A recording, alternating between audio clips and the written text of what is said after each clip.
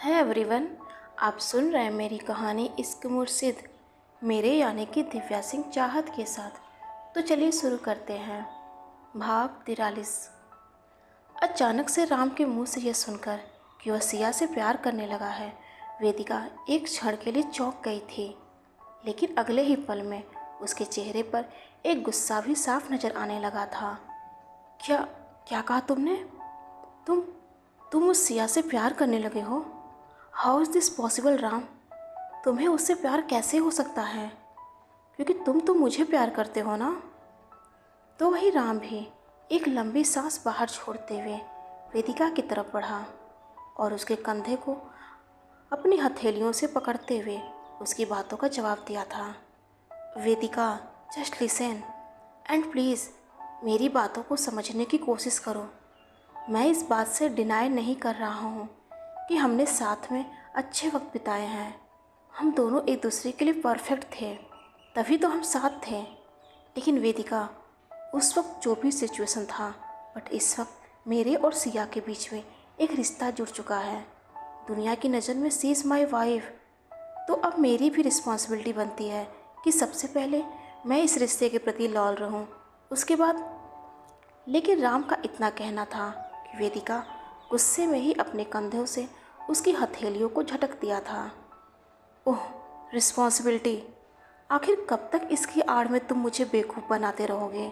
और राम, सबसे बड़ी बात कि तुम जिस रिश्ते की दुहाई दे रहे हो, तुम्हारी वो सो कॉल्ड वाइफ जो खुद इस रिश्ते को, इस शादी को नहीं मानती है और तुम्हें बिना बताए सब कुछ छोड़कर अपने घर वापस लौट गई, तो क्या अभी तुम्हें लगता है कि तुम्हें इस रिश्ते के लिए लॉयल रहना चाहिए? या फिर मुझसे अब तुम्हारा मन भर गया है तो ये नए एक्सक्यूजेस लेके आए हो? जहाँ इस पर राम खामोश था, तभी वेदिका ने आगे बढ़कर एक बार फिर से राम के चेहरे को अपनी हथेलियों में पकड़ लिया था। नहीं राम, वो लड़की कहीं से भी तुम्हें डिज़र्व ही नहीं करती है। कहाँ तुम और कहाँ वो एक छोटे शहर की मामूली सी लड़की। इसके बावजूद भी उसकी अकड़ देखो कि वो तुम्हारे प्यार, यहाँ तक कि जो जिम्मेदारी तुमने ली थी उसे उसकी भी कदर नहीं है। फिर तुम उसके लिए इतने डेस्परेट क्यों हो रहे हो? राम, मेरी बात सुनो। तुम्हें इस वक्त खुश होना चाहिए कि वो खुद तुम्हारी ज़िंदगी से दूर चली गई और इसके लिए तुम्हें कुछ करना भी नहीं पड़ा। तो इसलिए राम, मुझे लगता है कि बाद में कोई ड्रामा क्रिएट हो, इससे अच्छा कि हम दोनों चलकर शादी कर लेते हैं। चलो राम, यही सही मौका है। लेकिन उसकी बातों को सुन राम थोड़ा हैरान था और वेदिका की पकड़ को खुद के ऊपर से झटकते हुए इस बार भी उसने काफ़ी सख्ती में ही कहा था, वेदिका, जस्ट लीव। तुम्हारा दिमाग खराब हो चुका है। आई थिंक मैं ही बेवकूफ़ हूँ जो कब से तुम्हें समझाने की कोशिश कर रहा हूँ। वेदिका, मैं ये लास्ट बार कह रहा हूँ, मेरी शादी सिया से ऑलरेडी हो चुकी है, चाहे जिस भी तरीके से हुई हो। लेकिन मैं इस रिश्ते के लिए पूरी तरह से लॉयल रहना चाहता हूँ। और रहा सवाल सिया का, तो आज नहीं तो कल वह भी इस रिश्ते को एक्सेप्ट कर ही लेगी। इसलिए मैं तुमसे रिक्वेस्ट कर रहा हूँ, लाइफ इतनी भी छोटी नहीं होती है। इवन मेरी मानो तो तुम्हें मुझसे भी अच्छा लाइफ पार्टनर मिल सकता है। इसलिए वेदिका, मेरे पीछे अपना वक्त बर्बाद करने की बजाय अब अपने फ्यूचर के बारे में सोचो, लाइफ में आगे बढ़ो। तो वही इस बार राम की बातों को सुनते हुए वेदिका अपनी जगह पर बिल्कुल सन्न थी, पलकें चौंकते हुए बड़ी हो गई थी। तभी राम ने आगे कहा था, उम्मीद है आगे भी हम एक अच्छे दोस्त बनकर रहेंगे और जब भी हमें एक दूसरे की ज़रूरत होगी उस वक्त एक दूसरे का साथ देंगे। इतना कहते हुए राम ने इस बार वेदिका की गालों को हल्का थपथपा दिया था, अपना ख्याल रखना, और वहाँ से आगे बढ़ गया था। लेकिन पीछे रह गई वेदिका, जिसकी आंखों में तैर रही नमी अब बाहर छलक आई थी। उसके साथ ही चेहरे पर एक गुस्सा भी साफ नजर आ रहा था। सामने टेबल पर ही रखे शैंपेन की बोतल को उसने एक झटके में ज़मीन पर पटकते हुए खुद भी ज़मीन पर बैठ गई थी। नहीं, ऐसा नहीं हो सकता। एक मामूली सी लड़की मेरे राम को मुझसे अलग नहीं कर सकती, क्योंकि अभी उसे यह अंदाजा भी नहीं कि वेदिका व्यास चीज़ क्या है। राम को पाने के लिए मैंने क्या कुछ नहीं किया था, तो फिर वो सोच भी नहीं सकती कि दोबारा से राम को हासिल करने के लिए मैं किस हद तक जा सकती हूँ। और अपनी आंखों से छलक रहे आंसुओं को साफ करते हुए काफ़ी जल्दबाजी में उसने अपने फ़ोन पर अपने डैड का नंबर डायल कर दिया था। तो वही दूसरी तरफ न्यूज़ राइट्स के भीतर अपने पर्सनल केबिन में बैठे मिस्टर गुलशन ग्रोवर सामने रखे एक फाइल के पन्नों को उलट पलट रहे थे कि तभी केबिन के भीतर आते हुए मोहित जोशी ने हल्के घबराहट में कहा था, सर एक बुरी खबर है। अभी अभी मालूम चला है कि रमा चौधरी जयपुर में भी एक चाइल्ड केयर की ओपनिंग करने जा रही हैं। लेकिन सर इसमें हैरानी वाली बात यह है कि ये केयर सेंटर वो जयपुर के एक आउटर एरिया में ओपन कर रही हैं। तो मतलब भी साफ है कि उन्होंने वो जगह काफ़ी सोच समझ कर लिया होगा। शहर से दूर रहने के साथ साथ उसके भीतर हो रहे उनके इलीगल धंधों की भी किसी को भनक तक नहीं लगेगी। इसलिए सर मुझे लगता है कि हमें अभी से इस पर कोई एक्शन लेना चाहिए। तो वही मिस्टर ग्रोवर मोहित की बातों को सुनते हुए एक क्षण के लिए किसी सोच में पड़ चुके थे, लेकिन उन्हें ऐसे खामोश देख मोहित थोड़ा घबरा सा गया था। Sir what happened? आप किस सोच में पड़ गए हैं? मोहित मुझे लगता है कि अभी हमें भी खामोश रहना चाहिए, लेकिन हमारी नज़र उस रमा चौधरी पर बराबर रहना चाहिए। वो कब क्या कर रही है या फिर करने वाली है, पल पल की खबर हमारे पास मौजूद रहनी चाहिए, क्योंकि इस बार अगर उसे अपने जाल में फंसाना है तो उसके सामने एक बड़ा जाल फेंकना होगा। मोहित की बातों का जवाब देते हुए मिस्टर ग्रोवर ने कहा था। तो वही मोहित भी इस बार अपनी गर्दन को हाँ में हिलाते हुए कहा, ओके सर, आपके कहने का मतलब मैं पूरी तरह से समझ चुका हूँ, इसलिए आप बेफिक्र रहिए। इस बार वह रमा चौधरी हमारे जाल में ज़रूर फंसेगी। इतना कहते हुए मोहित उस केबिन से बाहर जाना चाहा था कि तभी उसे रोकते हुए मिस्टर ग्रोवर ने आगे कहा, मोहित, ये आजकल वेदिका कहाँ गायब रहती है? उसके प्रोजेक्ट में कोई प्रोग्रेस ही नज़र नहीं आ रहा। यहाँ तक कि कुछ दिनों से उसकी रिपोर्टिंग भी कोई और कर रहा है, और सुनने में तो ये भी आ रहा है कि वो वर्किंग आवर में भी अपने पर्सनल काम में बिजी रहती है।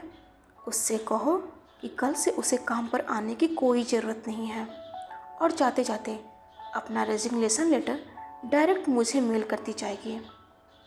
What sir? वो मोहित, ये मेरा प्रेस हाउस कोई डेटिंग हब नहीं है। दैट्स वाई ये सालों से नंबर 1 पर चल रहा है।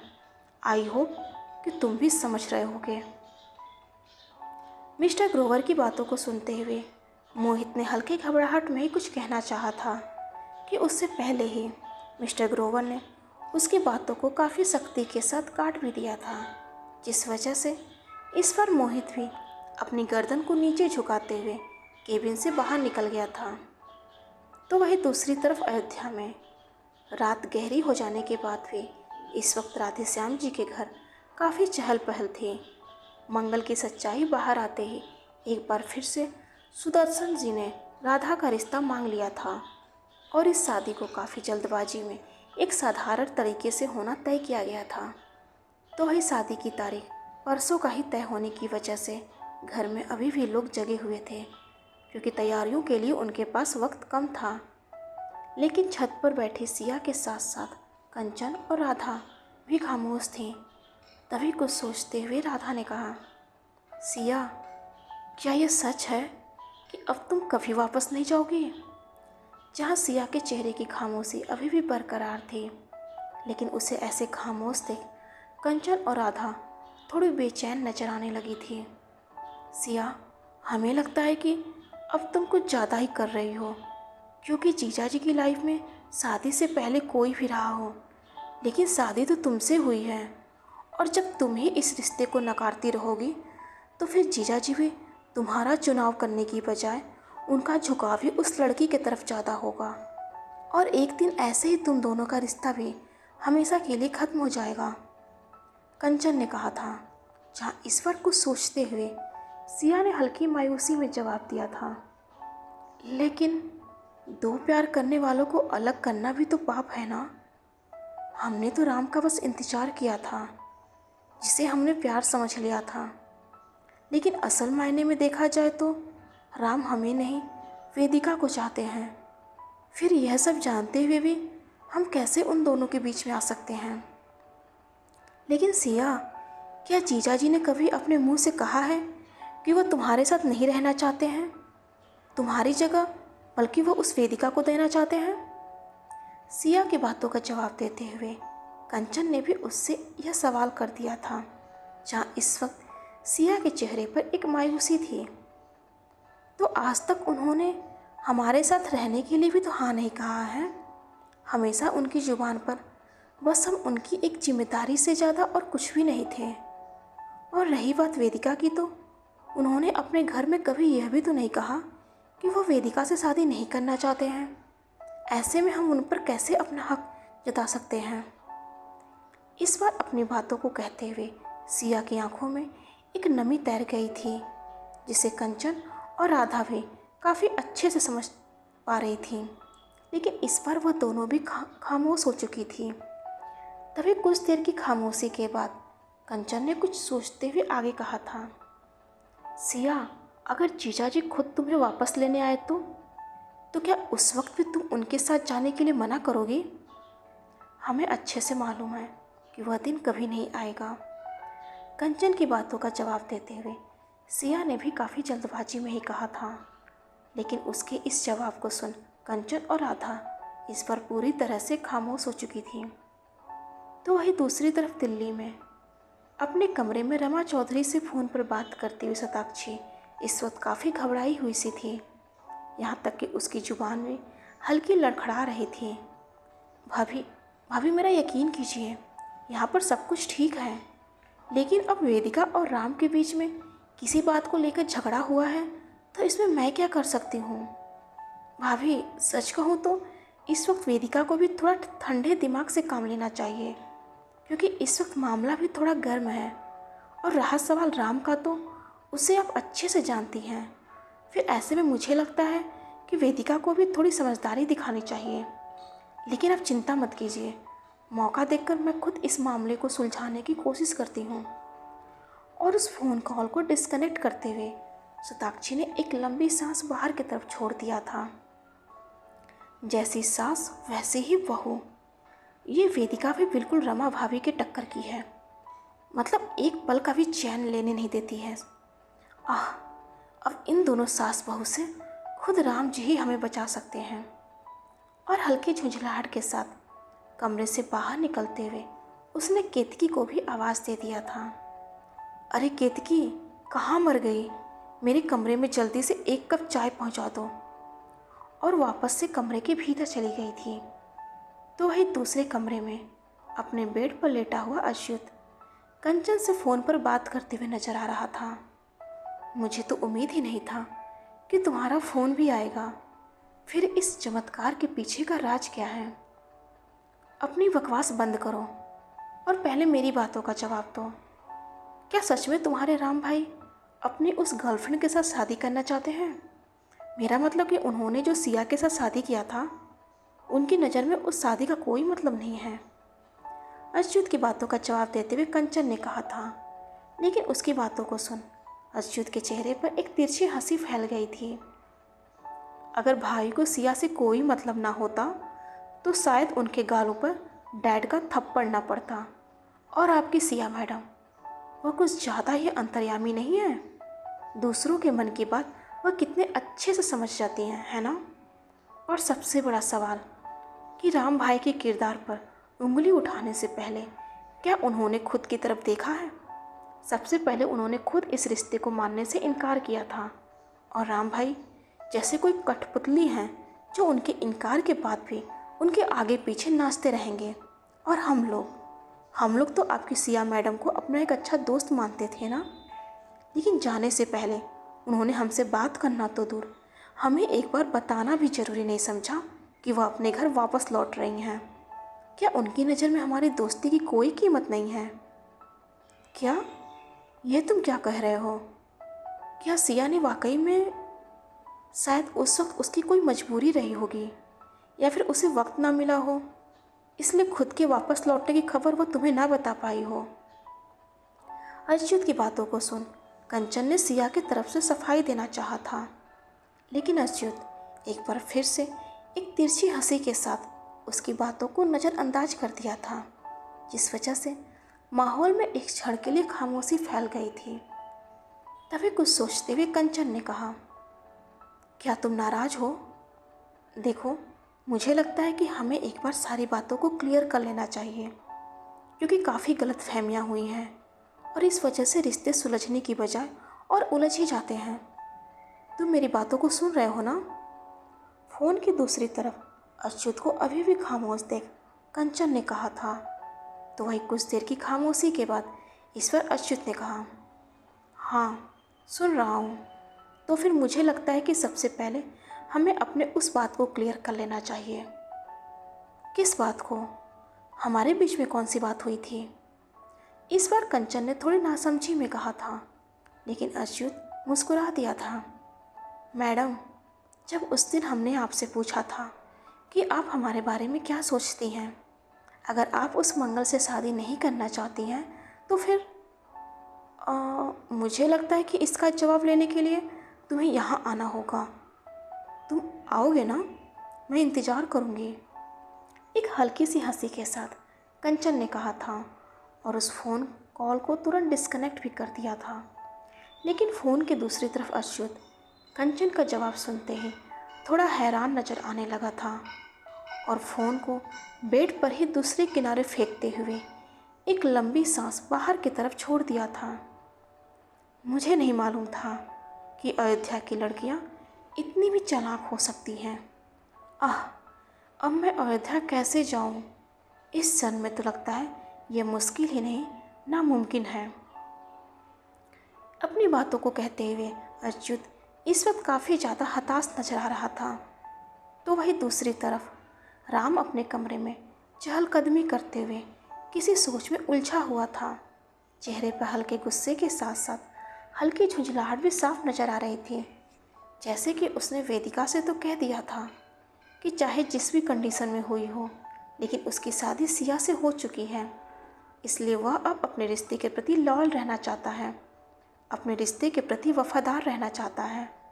तो अब वेदिका को भी उसे भूलकर अपने फ्यूचर में आगे बढ़ना चाहिए। लेकिन उधर दूसरी तरफ सिया, जो उसके रिश्ते को नकारते हुए अपने घर वापस लौट गई थी, फिर ऐसी स्थिति में अब उसे क्या करना चाहिए? इन्हीं बातों में उलझा हुआ राम अब तक पूरी तरह से झुझला उठा था। तभी अचानक से कुछ सोचते हुए उसकी आंखें हल्की चमक उठी थी, तो वहीं होठों पर हल्की मुस्कुराहट भी थी और तुरंत अपने कमरे से बाहर निकलते हुए अच्युत के कमरे के दरवाजे को खटखटा दिया था, जहां अभी भी अच्युत अपने बेड पर लेटा हुआ कंचन की बातों को सोच ही रहा था कि तब तक राम भी कमरे के दरवाजे को खोलते हुए कहा था, मेरे साथ अयोध्या चलोगे? व्हाट? क्या क्या कहा आपने? इस वक्त राम की बातों को सुनते हुए अच्युत काफ़ी ज़्यादा चौंक गया था और अपनी जगह से खड़े होते हुए वह तुरंत राम की तरफ बढ़ भी गया था। भाई, अगर अयोध्या आपकी बारात लेकर चलना है तो फिर मैं रेडी हूँ, लेकिन अगर हैंग आउट के लिए जाना है तो आई थिंक अपनी दिल्ली ही बेस्ट है। इस पर अच्युत के इन बातों को सुनते हुए राम ने उसके कंधे को हल्का दबाते हुए कहा, तुम्हारे पास सिर्फ आधा घंटा है, जितनी पैकिंग करनी है कर लो। और वापस से पीछे जाने के लिए मुड़ा ही था कि सामने ही खड़ी राध्या को देख राम के कदम एक क्षण के लिए अपनी जगह पर ही अटक गए थे, जैसे कि अब वह समझ न पा रहा हो कि इस वक्त उसे राध्या से क्या कहना चाहिए। तो वही राध्या उसके इस कसमकस को दूर करते हुए खुद ही उसकी तरफ बढ़ गई थी। भाई, अगर आप अयोध्या में एक बार फिर से फेरे लेने वाले हो तो क्या मैं अपना डिज़ाइनर वाला लहंगा पैक कर लूँ? और राम के जवाब का इंतज़ार किए बिना ही वह पीछे मुड़ते हुए अपने कमरे के भीतर चली गई थी। तो वही राम भी बिना कुछ कहे अपने कमरे की तरफ बढ़ गया था और आधे घंटे की बजाय लगभग 20 मिनट में ही वह तीनों अपने कमरे से निकलकर चौधरी भवन के बाहर खड़े थे। लेकिन उन तीनों के चेहरों पर इस वक्त एक हल्की सी घबराहट थी, क्योंकि इस वक्त उन तीनों के सामने ही कृष्णकांत जी अपने दोनों हाथों को बांधे हल्की शक्ति के साथ उन तीनों को ही घूर रहे थे, जिन्हें देखते हुए राम उनकी तरफ ही आगे बढ़ गया था। डैड, वो एक्चुअली हम लोग अयोध्या जा रहे हैं। इस वक्त वहाँ शादी का माहौल है, तो ऐसे खाली हाथ जाओगे? राम की बातों का जवाब देते हुए कृष्णकांत जी ने कहा था। लेकिन उनकी बातों को सुन वह तीनों एक बार फिर से थोड़े हैरान थे, जैसे कि वह समझ न पा रहे हों कि आखिर कृष्णकांत जी उनसे कहना क्या चाहते हैं। लेकिन अगले ही पल में कृष्णकांत जी को हल्का मुस्कुराते हुए देख उन तीनों के चेहरों के भाव भी अब तक सामान्य हो चुके थे, और तभी कृष्णकांत जी को आगे बढ़कर राम को अपने गले से लगाते देख वह दोनों भी मुस्कुराते हुए उनकी तरफ भी बढ़ गए थे। डैड, डोंट वरी, इस बार रिश्ता पूरी तरह से पक्का करके ही आऊँगा, हल्के एक्साइटेड के साथ अच्युत ने कहा था। लेकिन उसकी बातों को काटते हुए कृष्णकांत जी ने कहा, सिर्फ रिश्ता ही पक्का करके नहीं आना है, हमारी बहू को भी साथ लेकर आना।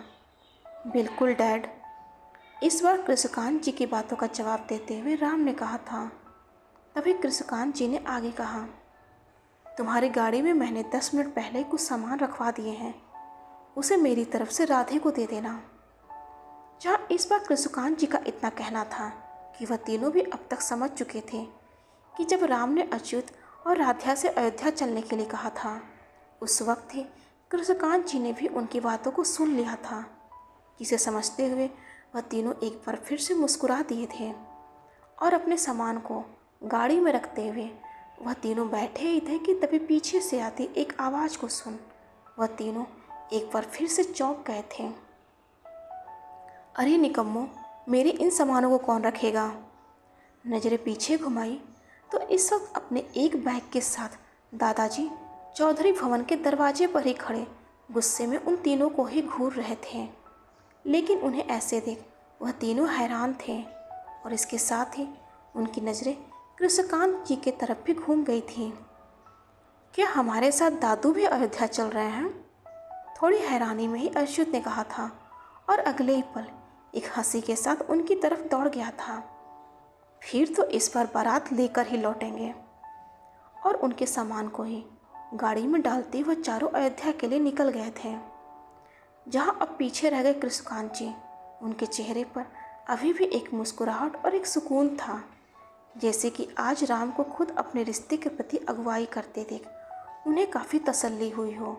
और हल्की मुस्कुराहट के साथ ही वह चौधरी भवन के भीतर जाने के लिए बढ़ गए थे। तभी दरवाजे पर खड़ी शताक्षी थोड़ी हैरान नजर आ रही थी। भैया, यह तीनों इतनी रात में कहाँ गए हैं? हाँ वो।